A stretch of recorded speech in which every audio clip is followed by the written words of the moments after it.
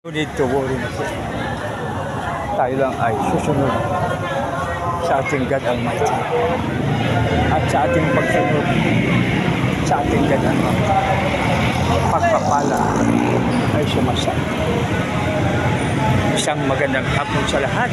Ang iyong abang likod ay sa ilalim ng LRT Carriedo Station. Dito dumadaan ang maging papunta sa Avenida Monumento.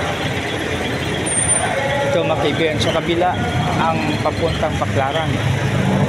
So ito mga kaibigan, ang ilalim ng Carriedo.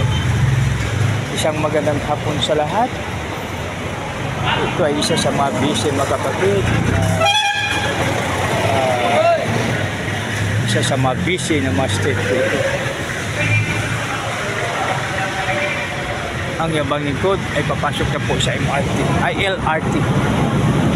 Kasi mayroong MRT, mayroong LRT. Subalit ang sasakyan ng ibang lingkod ay LRT. Iba yung MRT. So ito ay Carriedo, Estación de Carriedo pag sa Espanyol. So bakit kaya no, baliktad pag sa Espanyol, no?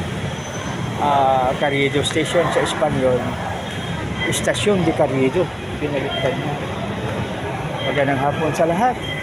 God bless you.